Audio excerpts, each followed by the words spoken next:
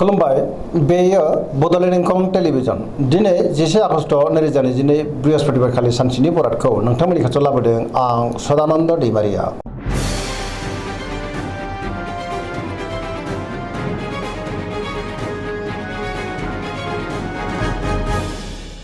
सिगां फरायनो लादों मेष राशि गिबि हांखो अ ल। दिनैनि साना मोजां आरो गाज्रिनि गेजेरजों बाबेनलांगोन। गुबुननि थाखाय नाङा फाङा जेंनायाव गोग्लैनांनो हागौ।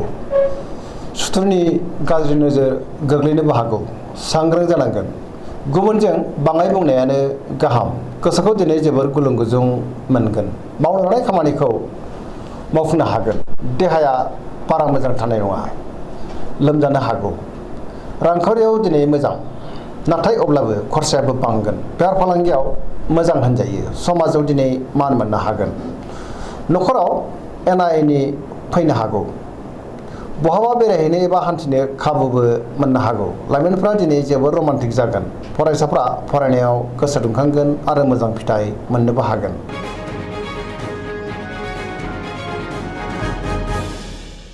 वृष राशि गिबि हांखो इ उ ब। दिनैनि साना मोजां आरो गाज्रिनि गेजेरजों बाबेनलांगोन। गोसोनि साननायफ्रा देबोर नांनो हागौ। गुबुननि हेफाजाबखौ मोननो गोब्राब जागोन। गोसोखौ दिनै जोबोर गोनो गोथो मोनगोन। गोसोनि बोलोआ लोरबां जागोन। मावनो लानाय खामानिखौ मावफुंनो हानाय नङा। समाजाव मान मोनगोन। रांखावरियाव बारा मोजां नङा। मोननो गोनांखौ दिनै मोननो गोब्राब जागोन। बेफार फालांगियाव बारा मोजां नङा। गोबां खहा जानांनो हागौ। बहाबा थाङोब्ला मोजां। न'खराव बिसि फिसायनि गेजेराव अनलायनाय फैगोन। देहाया दिनै बारा मोजां थानाय नङा। जानाय लोंनायाव सांग्रां जानांगोन। सेंग्रा सिख्लाफ्रा दिनै जोबोर रमान्टिक जागोन आरो गावबा गावनि गोसोनि साननायखौ फोरमायलायनोबो हागोन।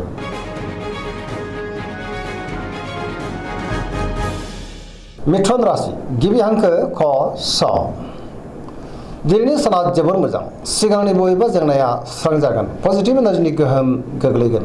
गोसोखौ दिनै जोबोर गोजोननाय मोनगोन। जेरावबो देरहासार जागोन। गोबां खामानिखौ दिनै मावफुंनो हागोन। सिगांनि बबेबा आद्रा खामानिखौबो दिनै मावफुंलांनो हागोन। देहाया मोजाङैनो थागोन। रांखावरियाव मोजां। बेफार फालांगियावबो दिनै जोबोर मोजां होनजायो। न'खरावबो अनलायनाय फैगोन। समाजाव दिनै मान मोननो हागोन। मावनो लानाय खामानिखौ मावफुंनो हागोन। गुबुननिफ्राय थोजासे हेफाजाबबो मोनगोन। बहाबा थांनो एबा दावबायनो खाबुबो मोनगोन। गोसोनि बोलोआ बांगोन। गियाननि आंखाल जानाय नङा। लाइमोनफोरनि गोसोआ दिनै जोबोर रमान्टिक जागोन आरो गावबा गावनि गोसोनि साननायफोरखौबो फोरमायलायनोबो हागोन। फरायसाफ्रा दिनै फरायनायाव गोसो दुंखांगोन आरो मोजां फिथाइ मोनगोन। गोसोनि लुबैनाया मोगथाङाव जाफुंगोन। पजिटिभ एनार्जिनि गोहोमबो गोग्लैगोन।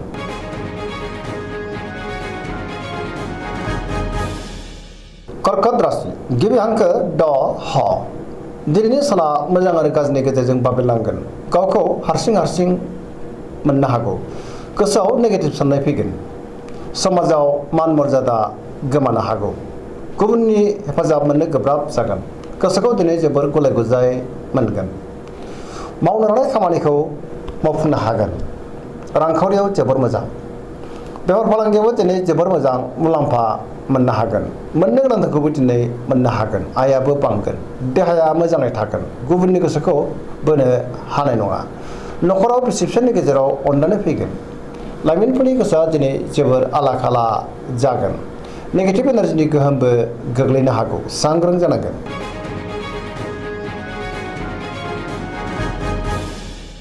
सिंह राशि गिबि हांखो म ट।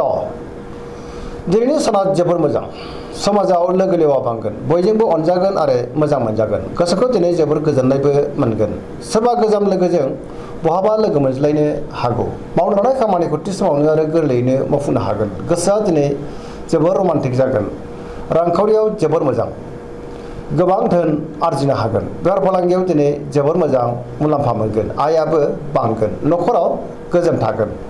गोसोनि बोलोआबो बांगोन। समाजावबो मान मोनगोन।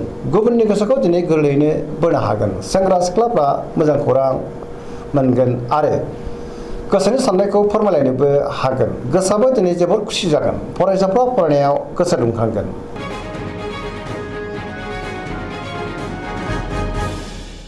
कन्या राशि गिबि हांखो प ट।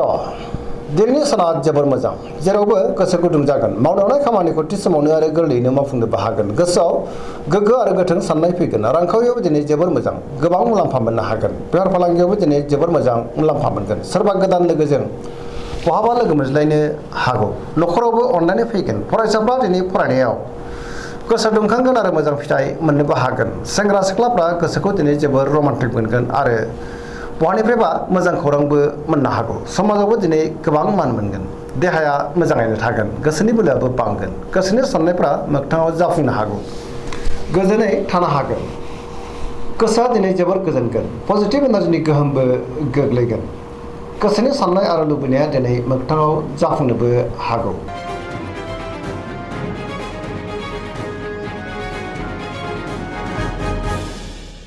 तुला राशि गिबि हांखो र ट दिनैनि साना जोबोर मोजां बहाबा दावबायहैनो बा हान्थिनो खाबुबो मोनगोन मोजाङैनो हान्थिनोबो हागोन गोसोखौ दिनै जोबोर गोजोननाय मोनगोन गोसोनि बोलोआ बांगोन गोसोनि साननाया जाफुंगोन मावनांनाय खामानिखौ मावफुंनो हागोन देहाया दिनै मोजाङैनो थागोन रांखावरियाव जोबोर मोजां मोननो गोनांफोरखौ मोननो हागोन न'खराव बिसि फिसायनि गेजेराव अनलायनाय फैगोन बिदा फंबायजों मोजां सोमोन्दो थागोन समाजावबो मान मोनगोन बेफार फालांगियाव दिनै जोबोर मोजां मुलाम्फा मोनगोन फरायसाफ्रा फरायनायाव गोसो दुंखांगोन आरो मोजां फिथाइ मोननोबो हागोन गोसोनि साननायफ्रा मोगथाङाव जाफुंगोन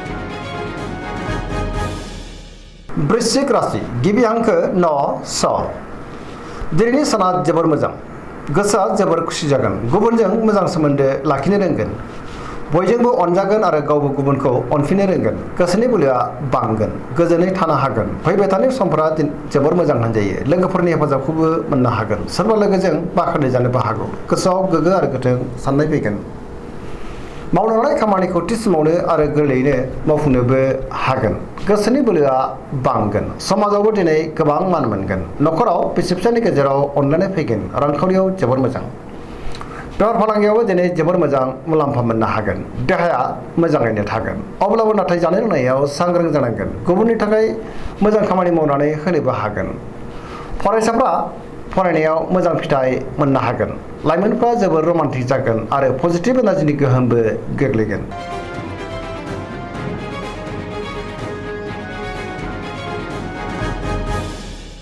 धनु राशि गिबि हांखो ढ फ भ दिनैनि साना जोबोर मोजां बहानिफ्रायबा मोजां खौरां मोननोबो हागौ गुबुननि हेफाजाब मोनगोन गोसोआव पजिटिभ साननाय फैगोन पजिटिभ एनार्जिनि गोहोमबो गोग्लैगोन सोरजोंबा बाख्नाय जागोन गोसोनि बोलोआ बांगोन धोरोमारि बिथिङाव दिनै गोसो दुंखांनो हागौ मावनांनाय खामानिखौ थि समावनो मावफुंनोबो हागोन रांखावरियाव जोबोर मोजां नाथाय अब्लाबो खरसायाबो बांगोन बेफार फालांगियाव जोबोर मोजां मुलाम्फा मोनगोन देहाया मोजाङैनो थागोन न'खराव अननानै फैगोन बिमा बिफानि अननाय आरो बोरखौ मोनगोन बहाबा थांनो खाबुबो मोननो हागौ लाइमोनफोरनि गोसोआ दिनै जोबोर आला खाला जागोन फरायसाफ्रा फरायनायाव मोजां फिथाइ मोननो हागोन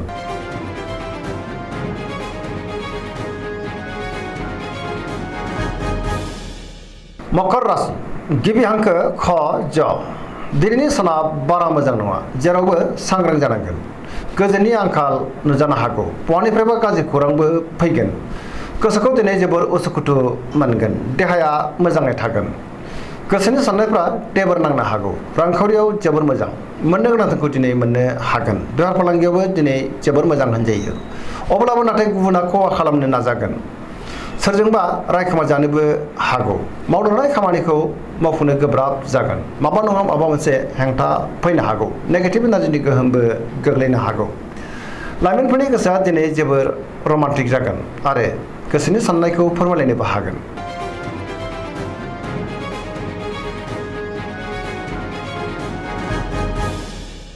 कुम्भ राशि गिबि हांखो ग स दिनैनि साना बारा मोजां नङा गोसोनि बोलोआ लोरबां जागोन सोरबाया थगायनो नाजागोन गोसोखौ दिनै जोबोर गुलाय गुजाय मोनगोन मावनांनाय खामानिखौ थि समावनो मावफुंनो गोब्राब जागोन माबा नङा माबा मोनसे हेंथा नुजानो हागौ बहानिफ्रायबा हरखाबै गाज्रि खौरांबो फैनो हागौ समाजाव मान मोनगोन रांखावरियाव बारा मोजां नङा गोबां धोन खहा जानांनोबो हागौ बेफार फालांगियाव बारा मोजां नङा।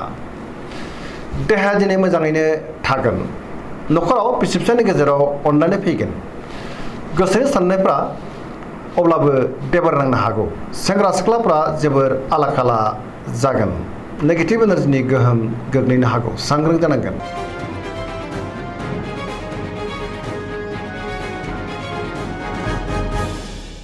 मीन राशि गिबि हांखो ड स। दिनैनि साना जोबोर मोजां। न'खराव अनलायनाया बांगोन। माबा मोनसे मोजां खौरां मोननो हागौ। गोदान खौरां मोननोबो हागौ। गोसोखौ दिनै जोबोर गोजोननायबो मोनगोन। गोसोनि बोलोआ बांगोन। देहाया मोजाङैनो थागोन। रांखावरियाव दिनै जोबोर मोजां। अब्लाबो नाथाय खरसायाबो बांगोन। बेफार फालांगियाव मोजां होनजायो। न'खरावबो अनलायनाय फैगोन। गुबुननि थाखाय गोबां मोजां खामानि मावनानै होनोबो हागोन। गोसोआ दिनै जोबोर रमान्टिक जागोन आरो लाइमोनफ्रा गावबा गावनि गोसोनि साननायखौ फोरमायलायनोबो हागोन। गोसोनि साननाय आरो लुबैनाया दिनै मोगथाङाव जाफुंनोबो हागौ। दिनैनि राशि फरायनाया एसेनोसै। जोबनायाव बेखौनो खावलायो जाहाथे नोंथांमोना सानफ्रामबो जोंनि बे बड'लेण्ड इंखं टेलिभिजनखौ नायबाय थायो आरो साबस्क्राइब खालामो, लोगोसे लाइक खालामो आरो शेयार खालामो। एसेनोसै, गोजोन्थों।